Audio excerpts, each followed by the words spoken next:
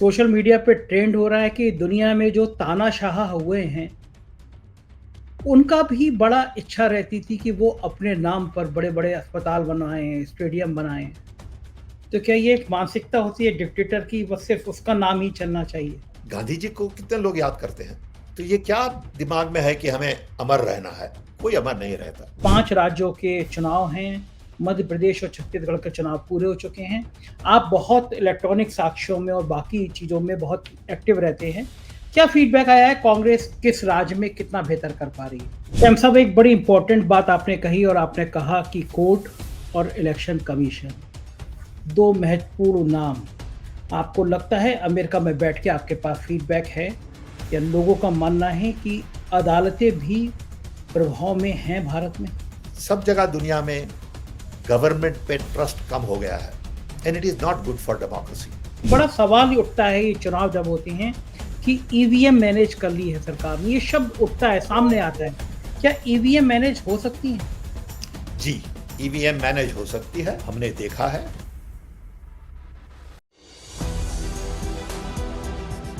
नमस्कार, मैं हूं संजय शर्मा। आप देख रहे हैं 4 PM न्यूज नेटवर्क। मैं बात करने बैठा अमेरिका के शिकागो में रह रहे सैम पित्रोदा साहब से। मैं जब पढ़ता था, मैं जब पत्रकारिता में आया, तो मैं जिस शख्स से सबसे ज्यादा प्रभावित था वो सैम पित्रोदा थे। मैं उस जमाने में पढ़ता था कि किस तरह अमेरिका में रह रहा एक शख्स केवल 1 रुपए की महीने की नौकरी के लिए, 1 रुपए महीना लेके अमेरिका में जमी जमाई अपनी जिंदगी छोड़ के भारत वापस लौटे। और मैं और जो आप बात कर रहे हैं, मेरे और आपके हाथ में जो मोबाइल है, अगर ये शख्स भारत में नहीं लौटते तो हमें ये मोबाइल हमारे हाथ में आने में सालों लग जाते। भारत में उनको संचार क्रांति का जनक कहा जाता था। आप गूगल करिए, सैम पित्रोदा साहब का नाम डालिए, ना जाने कितनी डॉक्टरेट उन्होंने कर रखी हैं, ना जाने दुनिया के कितने देशों ने इनको सम्मान दे रखा है, पद्म विभूषण और ना जाने क्या क्या सम्मान भारत में मिले हैं। वो कई प्रधानमंत्रियों के सलाहकार रहे, वो भारत में संचार क्रांति के जनक थे, चेयरमैन थे। पूरे टाइम वो एक गाड़ी, सिंगल गाड़ी, और उस पर भी कोई नौकर नहीं, 1 रुपए की तनख्वाह। और भारत में जो संचार का जो शोध हुए हैं उसमें सैम पित्रोदा का नाम स्वर्णिम अक्षरों में लिखा जाएगा। कोई और सरकार होती तो ऐसे शख्स को ना जाने भारत रत्न से लेकर क्या क्या उपाधि देती। एक लंबी लंबी श्रृंखला है सैम पित्रोदा की योग्यता की, काबिलियत की। आजकल अमेरिका के शिकागो में रहते हैं, अमेरिका के सबसे प्रभावशाली लोगों में उनकी गिनती होती है। मेरे एक मित्र बता रहे थे, वो अमेरिका में रहती हैं, कि अमेरिका के राष्ट्रपति भी सैम पित्रोदा साहब का सम्मान करते हैं और दुनिया के कई मुल्क के लोग चाहते हैं कि योग्यता में और जानकारी में वो सैम पित्रोदा साहब उनके यहाँ कुछ रिसर्च कर दें, कुछ बातें कर दें। कई किताबें भी लिखी हैं उन्होंने, इंडियन डेमोक्रेसी पे भी किताब लिख रहे हैं। मैंने उनके कई सारे इंटरव्यू किए हैं, लेकिन अब ये जो इंटरव्यू किया, इसमें जो उन्होंने खुलासे किए उसने मेरे होश उड़ा दिए। ये इंटरव्यू आप सुनेंगे तो आपके भी होश उड़ जाएंगे। ईवीएम में क्या क्या झोल होता है, ईवीएम में क्या क्या कहानियां होती हैं, ईवीएम कैसे मैनेज होती है, ये भारत में पहली बार इसका खुलासा होने जा रहा है। खुलासा भी सैम पित्रोदा साहब जैसा आदमी कर रहा है जो खुद जनक है इलेक्ट्रॉनिक क्रांति के। उनको पता है कौन सा तार, कौन सा पॉइंट कहां जुड़ता है और सॉफ्टवेयर कैसे मैनेज होता है।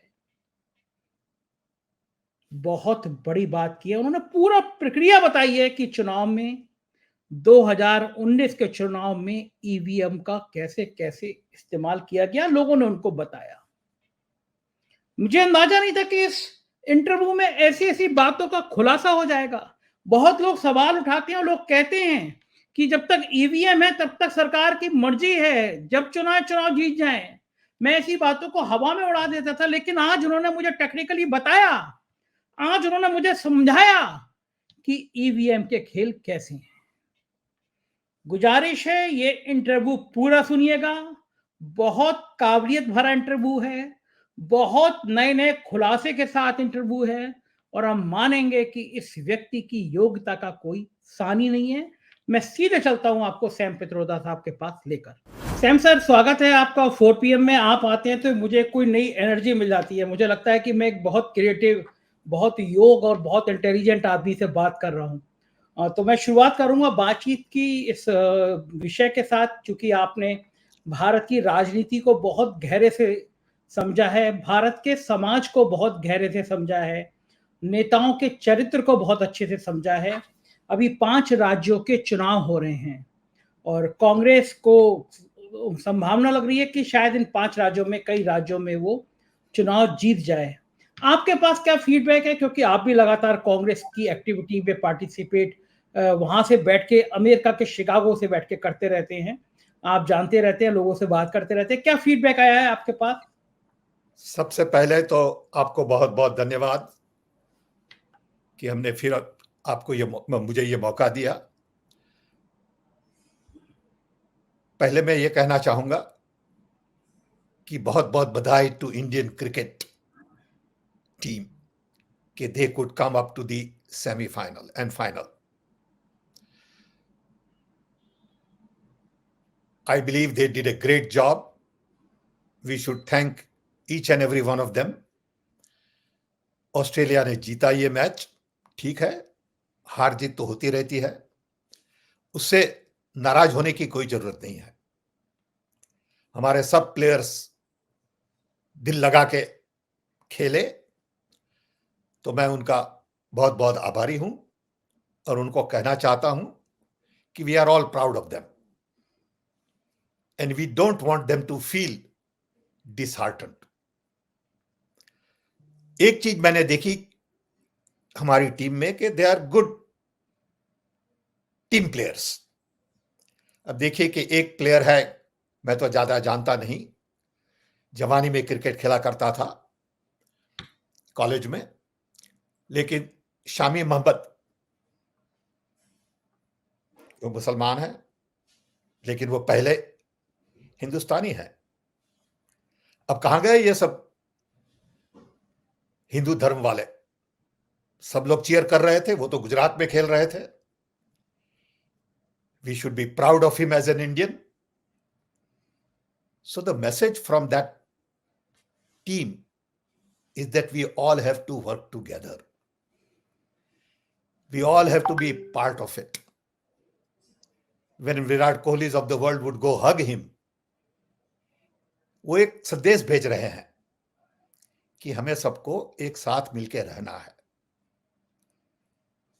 तब तो ये सब गुजरात में जो भगवान का नाम लेके हिंदू धर्म को आगे हर चीज में लाते हैं, तब सब लोग कहां गए? तो क्रिकेट गेम से भी एक मैसेज सीखना है कि प्रगति तभी होगी जब सब साथ मिलकर काम करेंगे, एक दूसरे को रिस्पेक्ट देंगे और लोगों को डिवाइड नहीं करेंगे।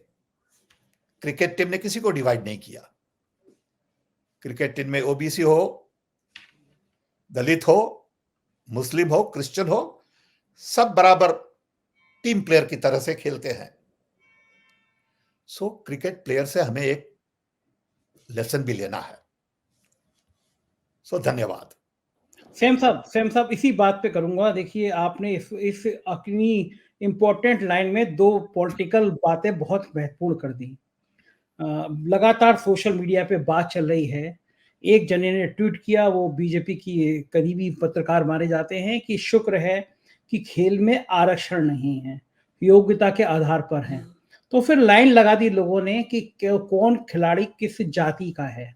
तो जो बात आपने कही वो बात सामने निकल के आई कि ये जो टीम है, इसमें मुसलमान भी है, इसमें दलित भी है, इसमें पिछड़ा भी है, इसमें ब्राह्मण भी है, इसमें अलग अलग जाति के लोग हैं।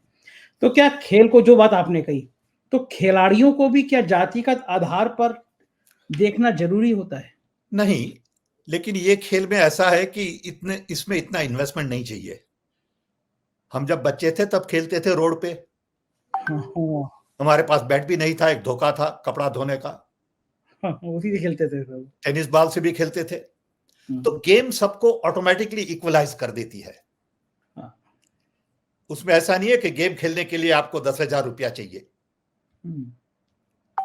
जो अपॉर्चुनिटी की बात करते हैं जाति में, उसमें एडमिशन लेना है कॉलेज में, उसमें फीस चाहिए। सो ये दो चीजों अलग अलग हैं, समझे।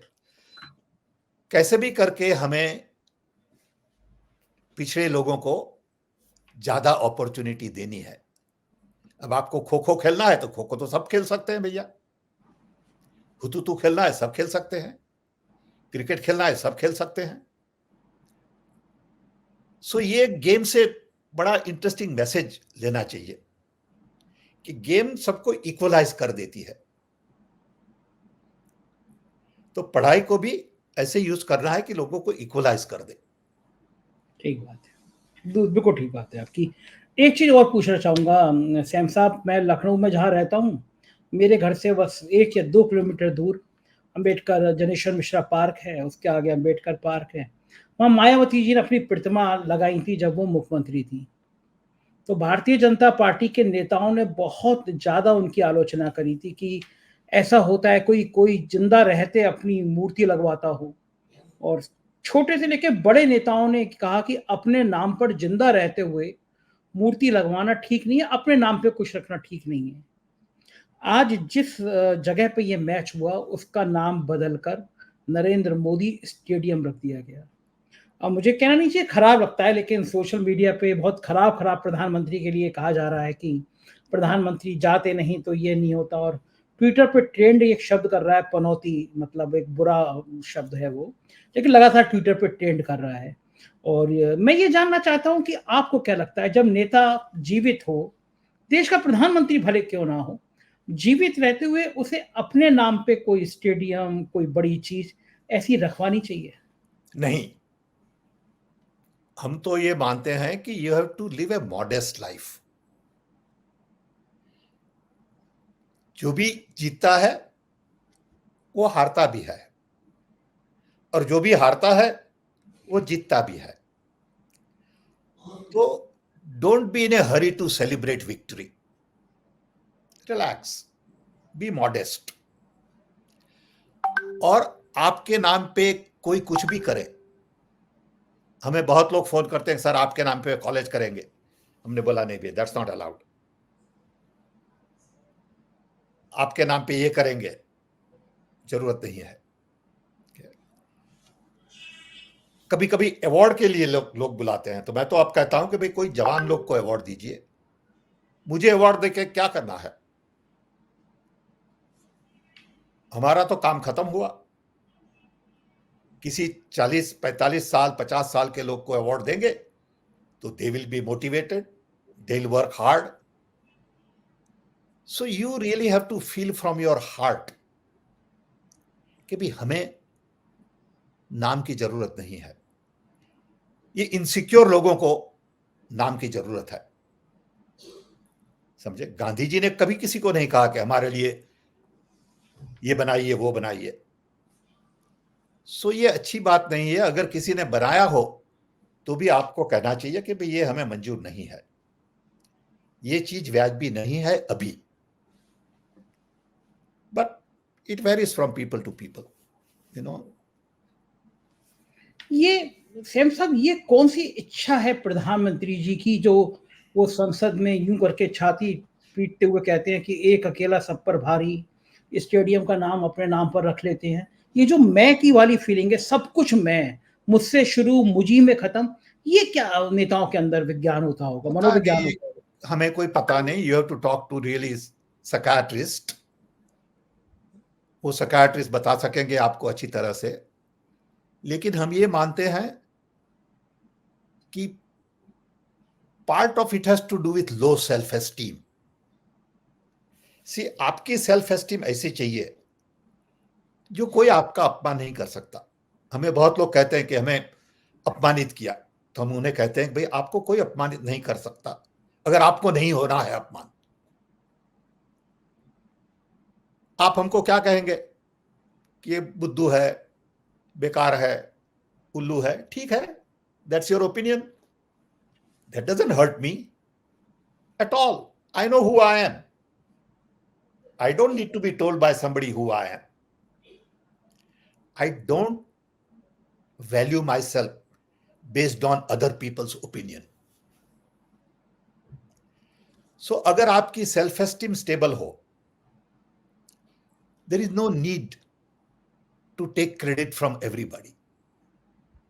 As a leader of a company or C dot or whatever it is, my job is to give credit to others. And जब वो तकलीफ में आए, तब I have to take the blame. That is the leadership. अभी तो क्या हो गया है कि ब्लेम दे दो दूसरों को और दूसरों की क्रेडिट ले लो खुद. This is not leadership, it is insecurity. लेकिन lot of authoritarian leaders do this. Whether it is Putin or many others in this sort of global politics, all authoritarian leaders tend to put their stamp on every good thing and dump everything bad on somebody else. Okay, that's the mentality of authoritarian mindset. ठीक है, that's their privilege, they are in that position. So who are we to decide? They have to decide. Sam साहब, social media पे trend हो रहा है कि दुनिया में जो तानाशाह हुए हैं उनका भी बड़ा इच्छा रहती थी कि वो अपने नाम पर बड़े बड़े अस्पताल बनाएं, स्टेडियम बनाएं. तो क्या ये एक मानसिकता होती है डिक्टेटर की, बस सिर्फ उसका नाम ही चलना चाहिए?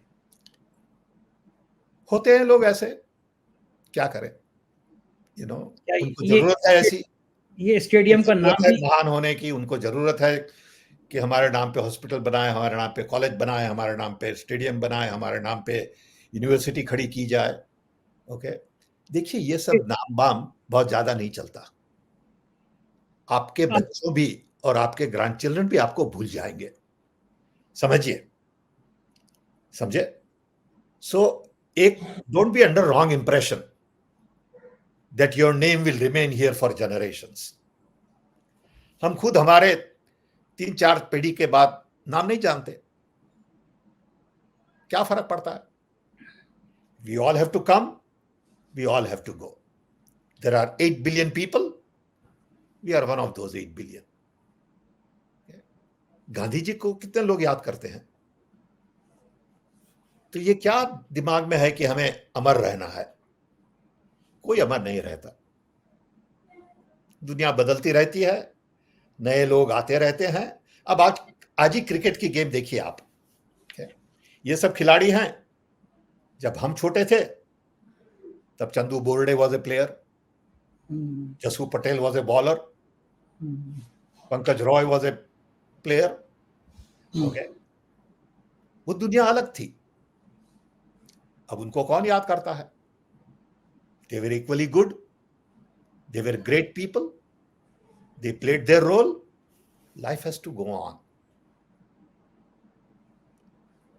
So it is not important to name anything after you. Sam साहब, एक सवाल और. आप गुजरात से ताल्लुक रखते हैं, भले आप अमेरिका के बहुत प्रतिष्ठित नागरिक हो गए, आप अमेरिका में सेटल हो गए. आज देश के लोगों को दुख है कि जब मैच हुआ तो गुजरात में होटलों का किराया लाखों में पहुंच गया. एक एक थाली वहां पे हजारों में मिली खाने के लिए. हवाई जहाज का किराया 30-40 हजार रुपए पड़ गया. लोग कह रहे हैं कि गुजरात के लोग सब लोगों को पैसा सब लोगों से लेना जानते हैं. मतलब गुजरात को आज अच्छे फ्रेम में नहीं देखा जा रहा कि केवल आप गुजरात में कुछ काम करो और सबकी जेब खाली हो जाए. और ये कहा जा रहा है कि देश में जितने बड़े ठेके होते हैं, देश में जितने बड़े काम होते हैं, गुजरात लॉबी ही अब पूरे देश में हावी हो गई है. तो आज के मैच में जिस तरह लोगों की जेबें खाली की गुजरात ने, जो मैं सवाल इसलिए कर रहा हूँ कि आप भी गुजरात से आते हैं, मतलब आपका बहुत करीबी नाता है गुजरात का. तो गुजरात के बारे में ये खराब धारणा क्यों बन रही है? क्यों गुजराती लोग ऐसा कहते हैं? मुझे बहुत अचरज लगा जब किसी ने बताया मुझे कि ये क्रिकेट गेम की टिकट की प्राइस क्या है. हमने सोचा कि होगी 100 रुपया. तो हमारे एक दोस्त ने बताया कि हजारों रुपयों में जाती है टिकट्स, और अगर आपको बॉक्स ऑफिस में बैठना हो तो लाखों में जाती है. हमारी तो समझ में ही नहीं आता. ये गुजरात के लोग सब जगह व्यापार में लगे पड़े हैं। आप डायमंड का व्यापार देखिए, गुजराती है। आप अमेरिका में होटल मोटेल का व्यापार देखिए, गुजराती है। They are good business people. जब मैं टेलीकॉम कमीशन का चेयरमैन था तब मुझे बहुत अचरज लगा कि एक गुजराती टेलीकॉम मैनेजमेंट में नहीं था, और था तो मुझे नहीं पता था। इसका मतलब यह है कि Gujaratis don't want to work for the government, don't want to sacrifice their business acumen, and they want to make money. Africa में देखिए सब गुजराती हैं, यहाँ के ग्रोसरी स्टोर सब गुजराती चलाते हैं। So Gujarati are seen as, in many ways, I shouldn't say it this way, but it will clarify, Jews of India. जैसे जूस दुनिया में जाने जाते हैं व्यापार के लिए, वैसे Gujaratis are basically Jews of India. If they sense an opportunity, they'll make money. अब क्रिकेट के वक्त में प्लेन का किराया बढ़ गया, होटल का किराया बढ़ गया, because they saw a market. That market will bear the price and they'll take advantage of it. Okay. So it's a normal mindset for any business or businessman. अच्छा, एक चीज और समझ आता हूँ सैम साहब, आप प्रधानमंत्री जी के सलाहकार रहे हैं, आप बहुत इंपॉर्टेंट पोस्ट पे रहे हैं। एक कहा जाता है कि हमारे प्रधानमंत्री जी ने एक दिन की भी छुट्टी नहीं ली है 9 सालों में। लोग ऐसे बीजेपी के लोग कहते हैं। तो जैसे आज प्रधानमंत्री जी मैच देखने आए, तो ये छुट्टी में काउंट होता होगा प्राइम मिनिस्टर की, या ये वर्किंग में काउंट होता होगा? ठीक है, छुट्टी ली न ली कोई बड़ी बात नहीं है, खाली लोग बकवास करते हैं। See, working hard should not be confused with working smart. यहां भी लोग ऐसा मानते हैं कि 80 घंटा काम करो तो अच्छा है। It's not true. You have to take time for yourself, reading, writing, thinking, meeting with friends, family, relaxing, because that's all part of life. You're not a machine. If you're a machine, it can go on with little bit of oil forever. You're just a normal human being, bhai. You have to perform daily duties. You have to spend time eating. If you're that hardworking, why do you spend time eating? Why do you spend time sleeping? Okay? But these are requirements. Jaise sleep is a requirement. Taking time to eat, taking time to bath, spending time with friends is equally important. Spending time to read, reflect, review is also important. ठीक बात, बिल्कुल ठीक। ये जो बकवास की जाती है कि कभी छुट्टी नहीं ली, बैड छुट्टी नहीं ली, you should take vacation. Okay, I'm concerned if somebody doesn't take vacation.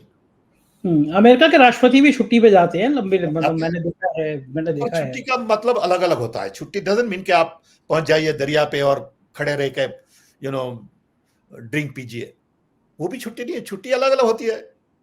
आप अपने बच्चों के साथ छुट्टी ले सकते हैं, आप अपने ग्रैंड चिल्ड्रन के साथ खेल सकते हैं, आप अपने पड़ोसी के साथ छुट्टी ले सकते हैं। ठीक बात है, बिल्कुल अलग पैमाने होती है। अब सेम साहब, मैं उसी मूल सवाल पे आना चाहूंगा जो मैंने पहले कहा था कि 5 राज्यों के चुनाव हैं, मध्य प्रदेश और छत्तीसगढ़ के चुनाव पूरे हो चुके हैं। आप बहुत इलेक्ट्रॉनिक साक्ष्यों में और बाकी चीजों में बहुत एक्टिव रहते हैं। क्या फीडबैक आया है, कांग्रेस किस राज्य में कितना बेहतर कर पा रही है? देखिए, आप किससे बात कर रहे हैं उस पर आधार रखता है। आप कांग्रेस वाले से बात करिए तो लगता है कि कांग्रेस अच्छी तरह से मोस्ट ऑफ द स्टेट में जीतेगी। अगर आप बीजेपी के दोस्त से बात करिए तो वो कहेंगे बीजेपी सब 5 स्टेट में जीतेगी। अगर आप एवरेज आदमी से बात करिए तो बोलते हैं कांग्रेस 3 स्टेट में जीतेगी। सो ये चीज ऐसी है कि आप किस तरह से देखते हैं। असली रिजल्ट तो आएगा December 3 को। हमारे देश में लोग सीधी बात नहीं करते। आप एग्जिट पोल लीजिए, तो एग्जिट पोल में जो लोग आपको कहते हैं उस पे आप ज्यादा महत्व नहीं दे सकते। ठीक है, आप ट्राई करिए। It is good to have exit poll, it is good to have analytics and all that, but if the input is bad, output will be also bad. In our computer system we say garbage in, garbage out. So हम कहेंगे कि अभी तक तो अच्छा लगता है, लेकिन let's not be in a hurry. Let's wait till December 3, देखेंगे लोग क्या कहते हैं, उसके बाद डिसाइड करेंगे। लेकिन हम ये मान रहे हैं कि अगर December 3 को रिजल्ट कांग्रेस की फेवर में आया तो इस वक्त 2024 में जरूर से फर्क पड़ेगा। क्यों? कि लोग समझ जाएंगे then, at least the bureaucrats, machinery के बदलाव आ सकता है। अब एक पार्टी को फेवर करना ठीक नहीं है। दूसरी दफा क्या हुआ कि सब एडमिनिस्ट्रेशन ने सोच लिया था कि ये पार्टी को फेवर करेंगे तो हमारा फायदा होगा। अब थोड़ा सोचेंगे, सब लोग सोचेंगे। I think courts will think, election commissioners will think, election workers will think, IAS officers will think that maybe there will be a change this time. So we better shape up. I think it's very important sort of message that we all need to understand. Shyam साहब, एक बड़ी important बात आपने कही, और आपने कहा कि कोर्ट और इलेक्शन कमीशन दो महत्वपूर्ण नाम। आपको लगता है अमेरिका में बैठ के आपके पास फीडबैक है, या लोगों का मानना है कि अदालतें भी प्रभाव में हैं भारत में? हमारी दृष्टि से इलेक्शन कमिश्नर और election commission, I am sorry I keep saying commissioner, but election commission must spend more time in building trust. अभी ट्रस्ट नहीं है। सच है झूठ है वो डिबेटेबल है, लेकिन ट्रस्ट नहीं है। ट्रस्ट के लिए अगर आपको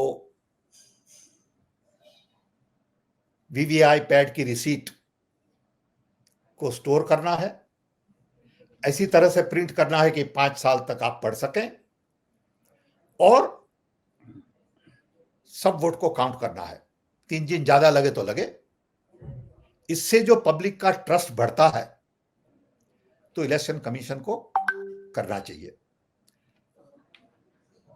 ये तो अभी से कहते हैं नहीं करेंगे। So to me that is not fair, क्योंकि हमें पता है ट्रस्ट डेफिसिट है।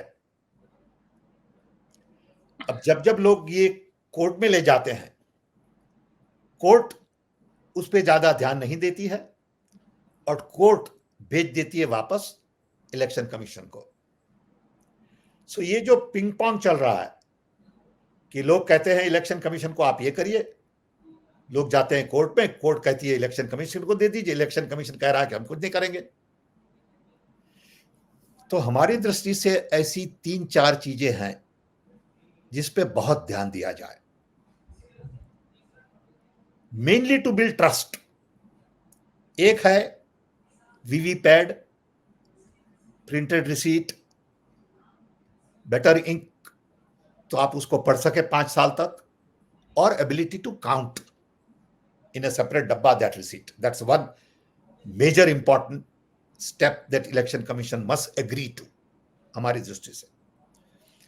दूसरा है कि court has to decide on election bond. जो इलेक्शन बॉन्ड है, इट्स पब्लिक इंफॉर्मेशन भाई. What is so secret about it? हमें किसी पार्टी को पैसा देना है, हमें ओपनली कहना है कि ये दिया है पैसा. उसमें घबराने की क्या जरूरत है? घबराए तो मत दो. ये कोई कॉन्फिडेंशियल प्रोसेस नहीं है. आप कोई चोरी नहीं कर रहे हैं कि आपको छुपाना है. तो हमारी दृष्टि से court must come heavy on it and say this is in public interest. Again, this is required to improve trust. सब जगह दुनिया में गवर्नमेंट पे ट्रस्ट कम हो गया है, and it is not good for democracy. Democracy can only thrive when there is trust between people, among people, and between people and the government. तीसरी important चीज है हमारी दृष्टि से इज द डेटा. अब डेटा सिक्योरिटी के नाम पे आप इलेक्टोरल रोल ओपनली शेयर नहीं करेंगे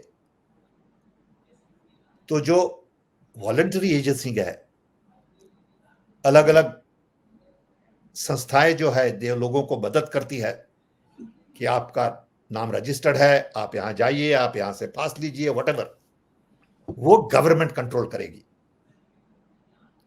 उससे भी ट्रस्ट डेफिसिट होगी. तो हम ये समझते हैं कि ये तीन चीजों पर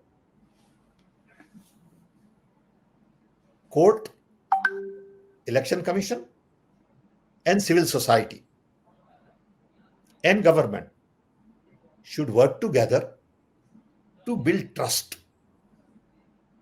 अब ये डायलॉग ही नहीं है अभी. सैम साहब, इसी के साथ में एक महत्वपूर्ण सवाल ये पूछना चाहूंगा, चूंकि आपसे ज्यादा बढ़िया टेक्नोलॉजी को समझने वाला शायद ही कोई शख्स को एक बड़ा सवाल ही उठता है, ये चुनाव जब होते हैं कि ईवीएम मैनेज कर ली है सरकार ने, ये शब्द उठता है, सामने आता है. क्या ईवीएम मैनेज हो सकती हैं? जी, ईवीएम मैनेज हो सकती है. लोगों ने हमें बताया है, हमने देखा है. क्योंकि ईवीएम एक डब्बा नहीं है. ईवीएम एक बड़ी कॉम्प्लिकेटेड प्रोसेस है. आप जब भी ईवीएम कहते हैं, लोग समझते हैं डब्बा है, ये उसमें हार्डवेयर है, उसमें सॉफ्टवेयर है, ठीक है. बट वो ईवीएम की शुरुआत है. डब्बा कब बनाया था, कौन सा सॉफ्टवेयर है, सॉफ्टवेयर किसने बनाया था, उसका सोर्स कोड कहां लॉक किया गया है, कितने लोगों के पास वो सोर्स कोड है, कब से इन लोगों के पास ये सोर्स कोड है, वो रिटायर हो गए, रिटायर नहीं हुए. Very complex process. दूसरा, ये डब्बा कौन बनाता है,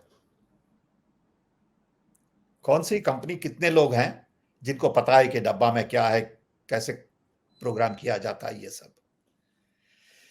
तीसरा, डब्बा शिप कहां की जाता है, कहां शिप करते हैं आप, कौन देखता है, कौन रखता है, कौन प्लग करता है, वोटिंग के वक्त क्या होता है, उसके बाद डब्बा कौन ले जाता है, कहां स्टोर करता है. ये जो बड़ी प्रोसेस है, ये प्रोसेस में there are lots of leakage. And leakage is all about logistics, people handling it. It is not just technology. ये technology has to be seen more as a system and not as hardware software डब्बा. लेकिन सुनने के लिए कोई तैयार नहीं है. दुनिया में कहीं भी हमारे जैसा ईवीएम क्या उपयोग नहीं हो रहा है. That doesn't mean it is all bad. मैं वो नहीं कह रहा, लेकिन इसके लिए टाइट लॉजिस्टिक्स चाहिए. हमने देखे हैं ट्रक में लोड किए हुए ईवीएम ऑटो रिक्शा में जाते हैं, ईवीएम डब्बे सब भर देते हैं कहीं. The handling is of great concern to me. So it is possible कि ईवीएम से खेलवाड़ हो सकती है। लोग कह रहे हैं हुई है 2019 में, लेकिन किसी ने प्रूव नहीं किया अभी तक। आपसे लोगों ने कहा, आपके पास दस्तावेज भेजे कि 2019 में ईवीएम मैनेज की गई थी भारत में? हमें सब लोगों ने बताया, सब लोगों ने नहीं, बहुत लोगों ने बताया है। हमने देखा है, हम मिले हैं उनसे, हमने बातें की है उनसे, हमने देखा है नजर से। ओके, लेकिन you don't know what the facts are. क्योंकि आपको कोई एक मशीन बता दे वो कौन से रिवीजन का है, कब बना था, तो हम आपको कहें कि ये वीएम मशीन हैक हो सकता है, आप कहेंगे नहीं नहीं ये तो पुराना मशीन है। ठीक है, आपकी राइट है। सैम साहब, ये तो तय बात है कि मौजूदा सरकार ईवीएम को नहीं हटाएगी। अगर मैं आपके आरोपों को, आपकी बातों को मान भी लूं सही है, तो कोई भी सरकार जो अगर वो ईवीएम मैनेज कर रही है तो वो ईवीएम क्यों हटाएगी? बिल्कुल नहीं हटाएगी। फिर इससे मैं किसी पे आरोप नहीं लगा रहा हूं। ओके, मैं यही खाली कह रहा हूं कि सिस्टम बड़ी कॉम्प्लेक्स है, इट कैन बी टेम्पर्ड। तो आप मुझे बताइए, फिर सरकार तो नहीं हटाएगी तो फिर चुनाव तो इन्हीं ईवीएम से होने हैं। फिर अगर कोई मैनेज कर रहा है तो वो जीतता रहेगा हमेशा। नो, तो हमें लोगों को मिलके देखना है कि जहां जहां लीकेज के पॉइंट हैं उस पर बड़ा ध्यान दिया जाए। आपने ये सारी बातें राहुल गांधी को बताई? राहुल गांधी जी को सब पता है, वो जानते हैं, वो कभी कहेंगे भी शायद, उनको पता है। तो राहुल गांधी इस सारी चीजों को जानने के बाद ईवीएम को हटाने की जबरदस्त पहल कब से करेंगे? वो तो मुझे पता नहीं, वो तो पार्टी और राहुल गांधी जी को डिसाइड करना है। मैं ये नहीं कह रहा कि ईवीएम को हटाइए। Ideally paper ballot would be the best, ideally, but उसमें भी मैनिपुलेशन होता है, उसमें भी बूथ कैप्चर होता है, क्योंकि उसका जो लॉजिस्टिक्स है वो भी ओपन है। So I would say keep EVM, it may be too late, but do these 3 things. एक, रिसीट प्रिंटर को बदलिए, रिसीट को स्टोर करिए और सब रिसीट को काउंट करिए, सब रिसीट को। अभी आप कह रहे हैं सैंपल करेंगे छोड़ा 4%, 5% may not be enough. If you really want my full trust, 2, जो डेटा है उसको आप बराबर शेयर करिए वॉलंटरी एजेंसी से और ओपन रखिए, सो सब लोग वोटर लिस्ट चेक कर सके। बिल्कुल बिल्कुल ठीक बात है, बिल्कुल ठीक बात है। कि इलेक्शन में कौन कितना पैसा कहां डालता है वो ओपनली पब्लिक को बताइए कि ये पार्टी ने 100 करोड़ दिए, ये पार्टी ने 50 लाख दिए, ये पार्टी ने 5 लाख दिए। सुप्रीम कोर्ट में सुनवाई चल भी रही है आजकल, हो सकता है फैसला जल्दी आ भी जाए। Supreme Court would have to say that we want open system. Okay. बिल्कुल ठीक बात है। सेम साहब, मैं ये चीज जानना चाहूंगा, आप राहुल गांधी को बहुत करीब से जानते हैं, देखते हैं, पूरे परिवार को करीब से जानते हैं। जब नतीजे आते हैं, चाहे वो जीत हो चाहे वो हार हो, पूरे गांधी परिवार का रिएक्शन कैसा हो जाता है? दुखी हो जाते हैं, नॉर्मल, खुश होते हैं? आई डोंट थिंक वो दुखी हो जाते हैं, वो जानते हैं ये एक प्रोसेस है। वो जानते हैं जो जीतेगा वो हारेगा और जो हारेगा वो जीतेगा। ये तो टाइम का सवाल है। कांग्रेस इतने सारे साल पावर में रही, अब थोड़े साल ना हो तो उससे दुखी होने की क्या जरूरत है? क्या लग रहा है 2024 में आपका जो ध्येय है वो नहीं बदलना चाहिए। आपको क्या लग रहा है 2024 में क्या होगा? People of India will decide. ये तो काम लोगों का है, लोगों को वोट देना है, लोगों को समझना है कि कैसी सरकार लोगों को चाहिए। लोगों को समझना है कि 10 साल में क्या हुआ, क्या नहीं हुआ। आपको शांति चाहिए या आपको झगड़ा चाहिए थ्रू हेट? आपको हिंदू मुसलमान का मुद्दा हमेशा आगे चाहिए और उसको पीछे रखिए? नौकरी, महंगाई, काम, इस पे ज्यादा ध्यान देना है। आपको डिसाइड करना, पब्लिक को डिसाइड करना है कि कैसा भारत उन्हें बनाना है। बिल्कुल ठीक बात है सैम साहब। राहुल गांधी का अगला विदेश दौरा कब है? क्योंकि आपके पास जानकारी रहती है, आप प्लान करते रहते हैं उनके दौरे को। अभी थोड़े वक्त में अनाउंस करेंगे। अभी प्लानिंग चल रहा है। Planning has been going on for last 2 months for the next visit. हम सोचते हैं नेक्स्ट विजिट हम एशिया पैसिफिक में करेंगे। कब करेंगे, कहां जाएंगे, वो अभी नहीं बता सकते। नहीं, ठीक है। इन दौरों से फायदा क्या मिलता है? जब राहुल गांधी दुनिया में जाते हैं, अमेरिका में जाते हैं, लंदन में जाते हैं, फ्रांस में जाते हैं, इन दौरों से राहुल गांधी की पर्सनालिटी को और कांग्रेस को क्या फायदा मिलता है? हमने बहुत दफा बताया है, हम फिर से बताएंगे कि Indian democracy is larger public good at global level. There are two democracies which are important today in the world: India and US. US is the oldest, India is the largest. ये दो देश की democracy जैसे आगे बढ़ेगी, वैसे दुनिया की डेमोक्रेसी आगे बढ़ेगी। ये दो देश में जो डिक्टेटरशिप आई, तो democracy will pay very heavy price globally, क्योंकि बाकी सब कंट्री तो छोटे छोटे हैं कंपैरेटिवली। लेकिन इस दो देश में थ्राइविंग डेमोक्रेसी बनी तो Mexico, Brazil, France, Germany, UK, Africa, everybody would benefit. तो ये हमारा कर्तव्य बनता है कि हम जाके दुनिया के लीडर्स को बताएं कि भाई democracy is important for human development. Democracy is the best form of governance. Democracy is required to empower people. और हम उनसे भी सीखते हैं कि वो उनका व्यूज क्या है। हम स्टूडेंट्स को मिलते हैं, हम बिजनेस लोग को मिलते हैं, लेकिन हमारा मेन काम है to take Indian democracy global.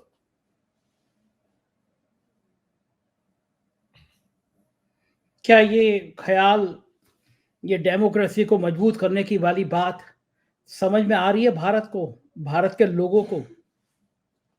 आनी चाहिए, लेकिन हम तो समझते हैं कि ये बहुत जरूरी है, इसीलिए हम करते हैं। अब हमने सोचा होता कि इसकी जरूरत नहीं है तो हम नहीं करते। हम इसे वोट के लिए नहीं करते हैं। सब चीज सुबह उठे रात को सोए तक वोट वोट वोट वोट हम नहीं करते। बिल्कुल ठीक बात है सैम साहब। एक चीज बड़ा महत्वपूर्ण सवाल मैं और पूछूंगा, पूरी दुनिया प्रभावित हो रही है, वो है इजराइल और जिस तरह फिलिस्तीन का युद्ध एक बहुत खराब शेप लेता चला जा रहा है। भारत की भूमिका को और अमेरिका की भूमिका को आप किस तरह देखते हैं? It is unfortunate that this war has affected large number of innocent people. सबसे पहले जो हमास ने किया वो वाजिब नहीं था। उन्हें हमारी दृष्टि से हिंसा का साथ नहीं लेना था, उन्हें अहिंसा का साथ लेना था। लेकिन Hamas is what Hamas is. उसका जवाब नेतन्याहू ने हिंसा का जवाब हिंसा से दिया और दे रहे हैं। वो भी हमारी दृष्टि से वाजिब नहीं है। हिंसा का जवाब हिंसा से देने से सबका नुकसान होता है, उससे कोई सॉल्यूशन नहीं मिलता। हम ये नहीं कह रहे हैं कि इजराइल फॉल्ट में है और पैलेस्टाइन फॉल्ट में है। हम ये कह रहे हैं कि innocent people are suffering. Look at little children, women. That is not acceptable. खत्म, आगे आर्ग्यूमेंट नहीं चाहिए। अभी आपको रोकना है, युद्ध रोकना है। रोकना है युद्ध को। भारत ने जो किया वो ठीक था। हमारी दृष्टि से बहुत जल्दी से भारत ने इजराइल का साथ दे दिया, हम उसमें नहीं मानते। क्या करना चाहिए था भारत को? भारत को वेट होना था, भारत को देखना था कि ह्यूमैनिटी क्या क्या हो रहा है, और Bharat has to take stand on humanity, that innocent people are being killed and you cannot be on any side but on the side of humanity. अभी देखो अमेरिका में भी बहुत सारे डेमोन्स्ट्रेशन होते हैं, सो लोग इन्हें इधर प्रो इजराइल और एंटी पैलेस्टाइन और प्रो पैलेस्टाइन की नजरिया से ही देखते हैं। ये नजरिया गलत है। हम जो कह रहे हैं वो ह्यूमैनिटी की नजर से कह रहे हैं। इजराइल का बच्चा मारा गया, उसका भी हमें दुख है। पैलेस्टाइन का बच्चा मारा गया, उसका भी उतना ही दुख है। ठीक बात है। अब जब तक ये नहीं समझेंगे तब तक you cannot have a dialogue. Sam साहब, भारत की जो मीडिया है वो दिन रात इजराइल और हमास के युद्ध दिखाती रहती है, खासतौर से इजराइल के पक्ष में बात करती रहती है, और कुछ इंपॉर्टेंट जर्नलिस्ट जिसको हम गोदी मीडिया कहते हैं वो तो यहाँ तक कहने लगे कि हमास जैसी मानसिकता के लोग भारत में हैं, इनको भी चिन्हित करो। और जो चुनाव चल रहा था उस चुनाव में राजस्थान में, मध्य प्रदेश में इजराइल और हमास के युद्ध की चर्चाएं बीजेपी के बड़े बड़े इंपॉर्टेंट मिनिस्टर ने करी। यूपी के मुख्यमंत्री योगी आदित्यनाथ ने कहा राजस्थान में कि ये हमास जो कर रहे हैं, इजराइल ने बिल्कुल सही कर रहा है, हनुमान जी की गदा हमास के लोगों को ठीक कर देगी। दिन भर टीवी चैनल पे इजराइल हमास का युद्ध, पॉलिटिकल पार्टी में, इन सब का मतलब वही हिंदू मुसलमान एंगल है ना। उनका एंगल बड़ा सीधा है ना, आप जानते हैं, हम जानते हैं, वो भी जानते हैं। यहूदी जानते हैं, उनको सब पता है कि हम झूठ बोलते हैं, हमें ये नहीं करना चाहिए, ये वाजिबी नहीं है, लेकिन ये पार्टी लाइन है, हमारी रोटी इनसे मिलती है। ठीक बात है, बिल्कुल सही बात है। तो हम करेंगे। भारत ने जो स्टेप लिया उसकी अमेरिका में चर्चा हुई कि भारत ने गलत किया। नहीं, अमेरिका ने गवर्नमेंट को तो अच्छा लगा। हाँ, और अमेरिका में रह रहे लोगों सोचते हैं कि इतना जल्दी क्यों डिसीजन लिया इंडिया ने, थोड़ी देर रहते, देखते, जरूरत क्या थी जल्दी डिसीजन लेने की। You should support humanity even in Ukraine war, you have to support humanity. मुझे तो यह समझ में नहीं आ रहा कि 21st सेंचुरी में we are fighting like tribals, barbarian. Okay, बंदूक लेके सब निकल पड़े हैं बुद्धू की तरह, और खुश होते हैं कि हमारी बड़ी बहुत बहुत बंदूक है, हमारे पास इतने हथियार हैं। भाई सोचो जरा, you are in 21st century, बिल्कुल सिविलाइज्ड पीपल। बिल्कुल। आखिरी सवाल सैम साहब, हम लोग जो इस तरह का एक्ट करते हैं धर्म के आधार पे, जाति के आधार पे, जब दुनिया हमें देखती है तो हमारे बारे में क्या सोचती है? दुनिया के पास इतना टाइम नहीं है कि हमारे बारे में ज्यादा सोचे। ये बात भी ठीक है। ओके, उनके खुद के प्रश्न है, समस्याएं हैं, उसमें लोग पड़े हैं। हिंदुस्तान की समस्या में क्यों पड़ेंगे? मतलब हिंदुस्तान की कोई चर्चा नहीं है अमेरिका में? Very little, very little. हमारे वो जर्नलिस्ट जो हैं, गोदी मीडिया वाले, वो कहते हैं अमेरिका डर जाता है जब प्रधानमंत्री जाते हैं। बकवास है ये लोग, बकवास है, ये लोग बकवास करते हैं, उन्हें भी पता है ये बकवास है। ओके, क्योंकि वो लोग बुद्धू नहीं है, उन्हें भी पता है कि हम बकवास करते हैं। ओके, अब देखिए, अमेरिका का ध्यान अभी 2 Wars, Ukraine, Palestine, Israel, China, Russia, climate control and 2024 election पे है।